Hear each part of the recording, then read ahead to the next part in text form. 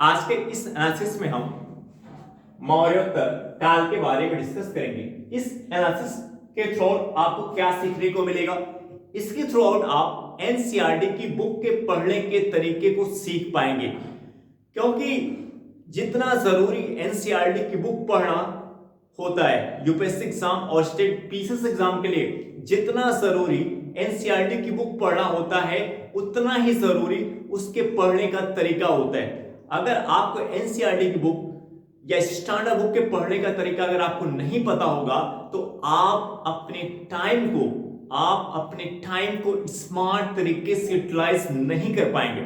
आप तो इनपुट ज्यादा दे रहे हैं, अधिक से अधिक समय दे रहे हैं, बट जो आउटपुट प्राप्त हो रहा है वो बहुत ही कम प्राप्त हो रहा है। इसलिए एनसीईआरटी की बुक का पढ़ने का तरीका आपको आना चाहिए, आपको पता होना चाहिए। लाखों यूपीएससी एस्पिरेंट्स एनसीईआरटी की बुक को पढ़ते हैं, लेकिन कुछ ही यूपीएससी एस्पिरेंट्स उसी एनसीईआरटी की बुक को पढ़कर सफल क्यों हो पाते हैं? क्योंकि उन्हें एनसीईआरटी की बुक का पढ़ने का तरीका पता होता है, और एनसीईआरटी की बुक के पढ़ने का तरीका आपको उतनी अच्छी तरीके से पता होगा जितनी अच्छी तरीके से आप प्रीवियस ईयर क्वेश्चन पेपर के एनालिसिस को आपने किया होगा। तो किसी भी बुक, चाहे एनसीईआरटी की बुक हो, चाहे स्टैंडर्ड बुक हो, चाहे करंट अफेयर्स हो, उन सब के पढ़ने का जो अप्रोच है, जो एंगल है यूपीएससी एग्जाम और स्टेट पीसीएस एग्जाम के लिए, वो सही अप्रोच, स्मार्ट अप्रोच तभी होगा सब आप प्रीवियस ईयर क्वेश्चन पेपर का मल्टीपल टाइम आप रिवीजन करते हैं। क्वेश्चन 1, पुष्यमित्र शुंग द्वारा 2 अश्वमेध यज्ञ किए गए। पुष्यमित्र शुंग द्वारा 2 अश्वमेध यज्ञ किए गए, इसकी जानकारी हमें किस लेख से प्राप्त होती है? सारनाथ लेख, बेसनगर लेख, अयोध्या लेख, हाथी गुम्फा लेख। इसका जो सही आंसर होगा अयोध्या लेख। पुष्यमित्र शुंग द्वारा 2 अश्वमेध यज्ञ जो किए गए, इसकी जानकारी हमें अयोध्या लेख से प्राप्त होती है। पुष्यमित्र शुंग ने शुंग वंश की स्थापना की। शुंग वंश की स्थापना पुष्यमित्र शुंग ने की थी। शुंग वंश की स्थापना पुष्यमित्र शुंग ने की थी। कैसे की थी? ये जो पुष्यमित्र शुंग थे, ये बृहद्रथ का सेनापति था। पुष्यमित्र शुंग बृहद्रथ का सेनापति था, और ये जो बृहद्रथ है ये अंतिम मौर्य शासक था। पुष्यमित्र शुंग बृहद्रथ का सेनापति था, और ये जो बृहद्रथ है ये अंतिम मौर्य शासक था। इस पुष्यमित्र शुंग ने इस बृहद्रथ की हत्या करके शुंग वंश की स्थापना की। बृहद्रथ कौन था? अंतिम मौर्य शासक था। बृहद्रथ कौन था? अंतिम मौर्य शासक था, और इसी बृहद्रथ की यानी अंतिम मौर्य शासक की हत्या किसने की? पुष्यमित्र शुंग ने की, और इसकी हत्या करके, बृहद्रथ की हत्या करके इसने शुंग वंश की स्थापना की। इसके साथ ही साथ पुष्यमित्र शुंग ने मिनांडर को पराजित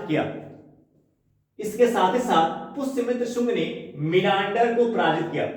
अब मैं कुछ एक्स्ट्रा फैक्ट पुष्यमित्र शुंग के बारे में आपको बता रहा हूं, क्योंकि ये जो पुष्यमित्र शुंग है इस पे क्वेश्चंस पूछा गया है, तो इससे रिलेटेड जो और एक्स्ट्रा फैक्ट है एनसीईआरटी लेवल की, ये जो फैक्ट मैं आपको बताने जा रहा हूं ओल्ड एनसीईआरटी क्लास 11 की जो ओल्ड एनसीईआरटी की बुक है उस लेवल का फैक्ट मैं आपको बता रहा हूं, क्योंकि जरूरी नहीं है कि सेम क्वेश्चंस नेक्स्ट टाइम आए, उससे रिलेटेड क्वेश्चंस भी पूछे जा सकते हैं। और यही एनालिसिस, अगर आप एनालिसिस कर रहे हैं, आप प्रीवियस क्वेश्चन पेपर सॉल्व कर रहे हैं, आपका एंगल भी यही होना चाहिए।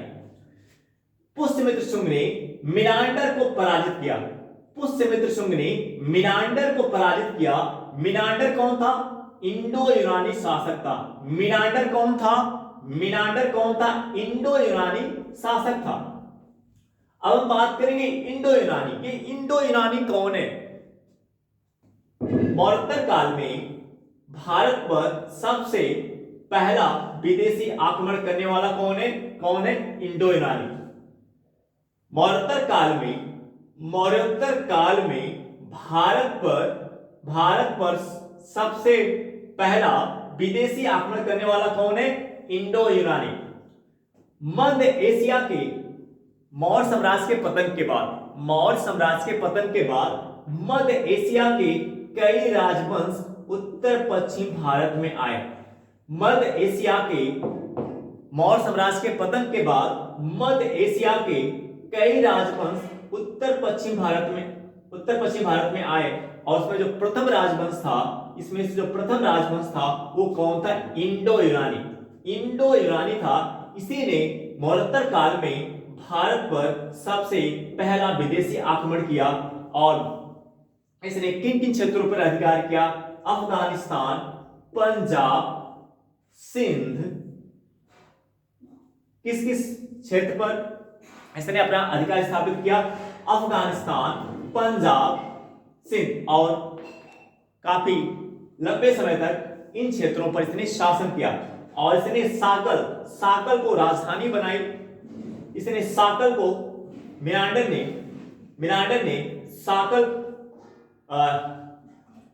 साकल को राजधानी बनाई, और ये जो साकल है प्रेजेंट टाइम में पंजाब आधुनिक सियालकोट में स्थित है।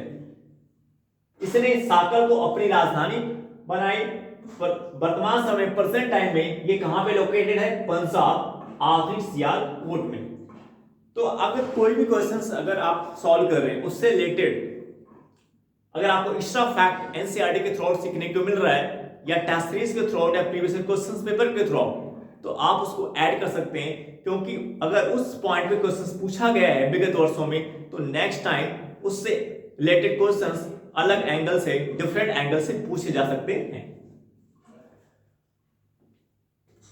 शुंग वंश जो शुंग वंश है, इसे हम ब्राह्मण साम्राज्य भी कहते हैं। शुंग वंश को ब्राह्मण साम्राज्य भी कहा जाता है। शुंग वंश को ब्राह्मण साम्राज्य भी कहा जाता है। इस एंगल से भी क्वेश्चंस पूछ सकता है आपसे कि जो ब्राह्मण, निम्नलिखित में से कौन सा वंश ब्राह्मण साम्राज्य से संबंध रखता है? वो कौन सा वंश है? शुंग वंश। शुंग वंश को ब्राह्मण साम्राज्य भी कहा जाता है।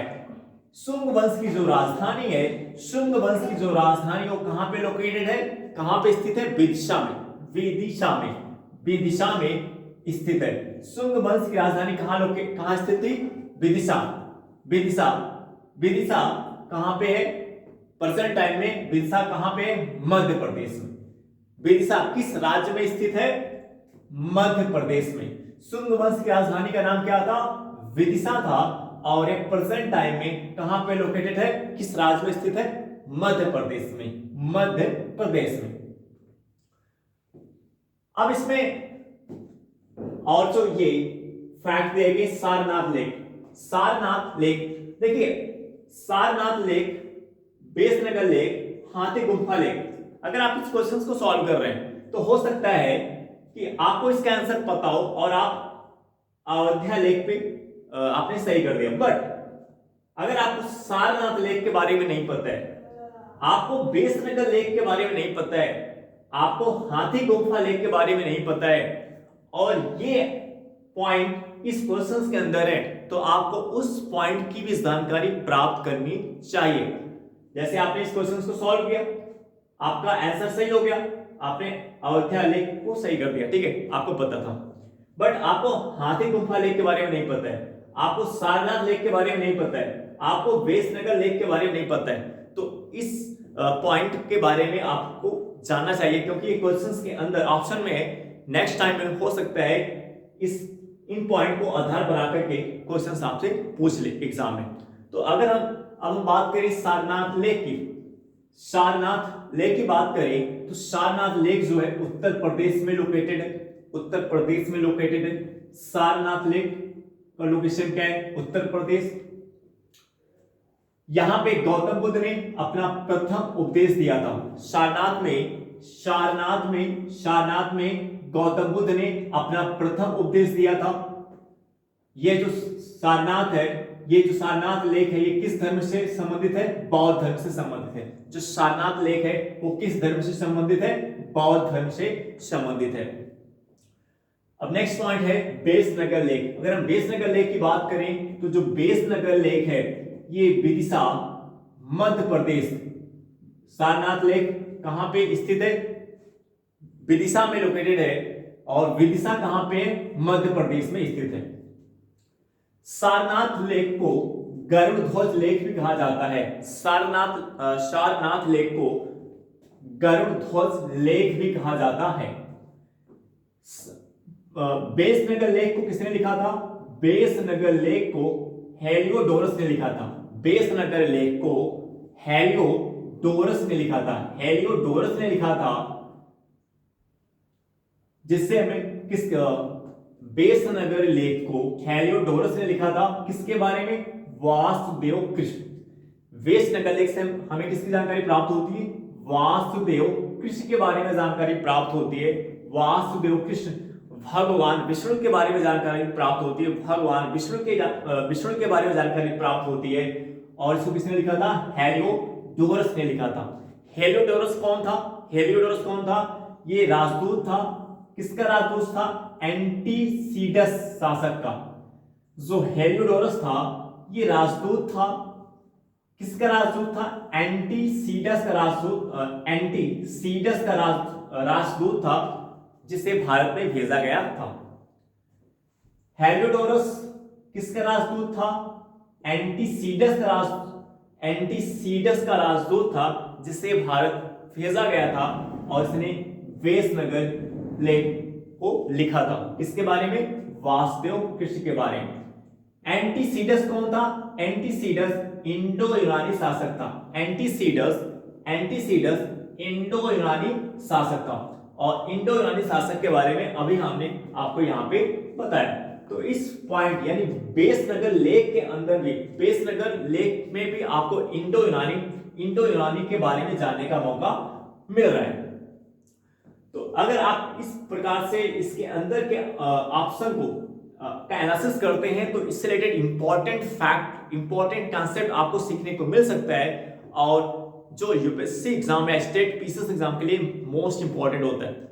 अब हम नेक्स्ट पॉइंट की बात करें तो जो हाथी गुम्फा लेक है, ये इसका लोकेशन कहां पे?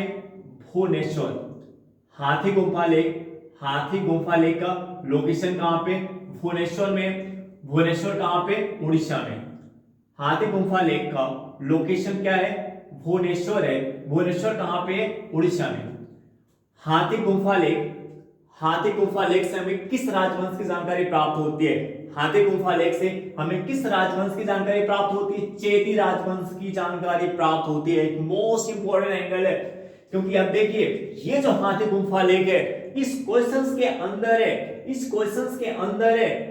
और इस क्वेश्चंस के अंदर है। तो इस पॉसिबिलिटीज है, ये संभावना है कि हाथी गुम्फा लेक पर क्वेश्चन पूछा जा सकता है। ये जो क्वेश्चंस वन है ये स्टेट पीसीएस एग्जाम में पूछा गया है। और स्टेट पीसीएस एग्जाम के अंदर एक ऑप्शन, इस क्वेश्चंस के अंदर एक ऑप्शन है हाथी गुम्फा लेक। हाथी गुम्फा लेक पे यूपीएससी एग्जाम, इस हाथी गुम्फा लेक पे यूपीएससी एग्जाम 2013 में क्वेश्चंस पूछा जा चुका है। इस हाथी गुम्फा लेक पर यूपीएससी एग्जाम 2013 में क्वेश्चंस पूछा जा चुका है। इसी प्रकार यूपीएससी एग्जाम के अगर आप प्रीवियस ईयर क्वेश्चन पेपर 2015 से लेकर 2024 का एनालिसिस करें, बहुत से ऐसे क्वेश्चंस पूछे गए प्रीलिम्स एग्जाम में जो कहीं ना कहीं स्टेट पीसीएस एग्जाम से संबंध रखते हैं या उन प्रीवियस ईयर के क्वेश्चन से संबंध रखते हैं जो किसी क्वेश्चंस के ऑप्शन के अंदर है। यानी मैं आपको ये कहना चाह रहा हूं कि अगर आप कोई भी क्वेश्चन सॉल्व करें, चाहे वो प्रीवियस क्वेश्चन पेपर हो या टेस्ट सीरीज का क्वेश्चन हो, अगर उसके अंदर जो चार ऑप्शन है, अगर उसमें से आपको केवल एक ऑप्शन पता है, आपने आंसर सही कर दिया, आपका आंसर सही हो गया, आंसर सही हो गया, बट उसके अंदर के 3 पॉइंट आपको नहीं पता है, आपको सही आंसर पता था।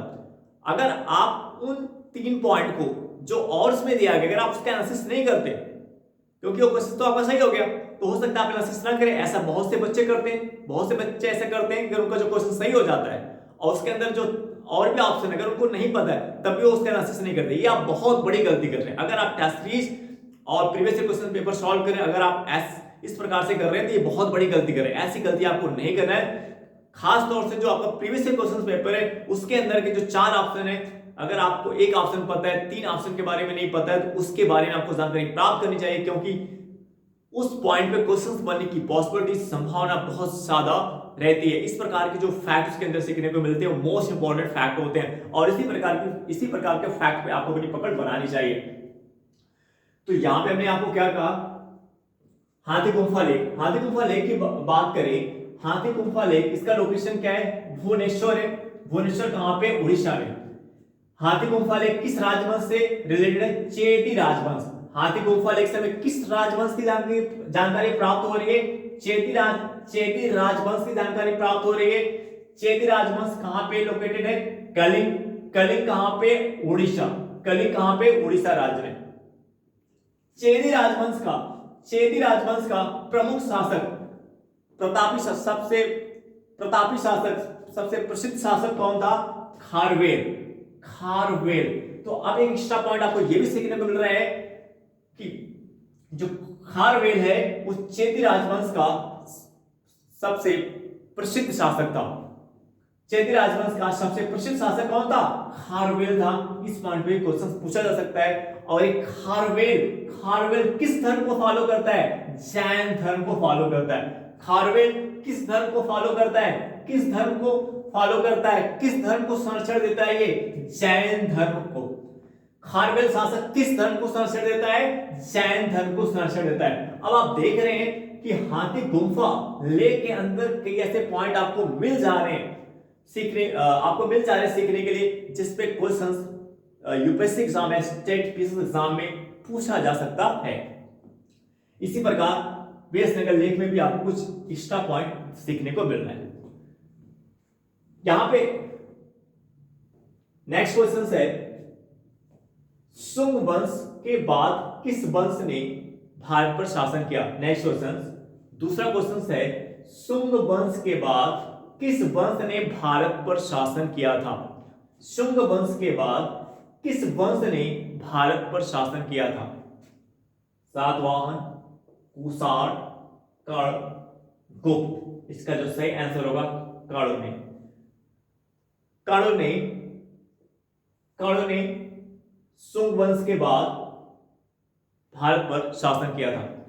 सातवाहन के बारे में हमने आपको इससे पहले वाली वीडियो में, अगर आप सातवाहन से रिलेटेड प्रीवियस क्वेश्चन पेपर के बारे में जानना चाहते हैं तो इससे पहले वाले वीडियो में हमने आपको सातवाहन से रिलेटेड इंपॉर्टेंट क्वेश्चंस जो होते हैं, जो प्रीवियस क्वेश्चन पेपर है, उसका डिस्कशन हमने किया है। कुषाण के बारे में अगर आप कुषाण शासक से रिलेटेड प्रीवियस क्वेश्चन पेपर का एनालिसिस देखना चाहते हैं तो इस से पहले वाले वीडियो में भी हमने कुषाण वंश के बारे में आपको बताया। इससे रिलेटेड प्रीवियस क्वेश्चन पेपर के बारे में हमने आपको जानकारी दी है, आप देख सकते हैं। गुप्त के बारे में इसके बाद हम वीडियो बनाएंगे। जो इसका सही आंसर होगा कर्ण होगा, ठीक है। तो शुंग वंश के बाद भारत पर किस वंश ने शासन किया था, कर्ण वंश ने शासन किया था। कर्ण वंश अब हम कर्ण वंश की बात करें, कर्ण वंश की स्थापना किसने की थी, वासुदेव ने की थी। कर्ण वंश की स्थापना किसने की थी, वासुदेव ने की थी। किसकी हत्या करके, देवभूत की हत्या करके। कर्ण वंश की स्थापना वासुदेव ने की थी। किसकी हत्या करके की थी, देवभूत की हत्या करके की थी। ये जो देवभूत था शुंग वंश का अंतिम शासक था।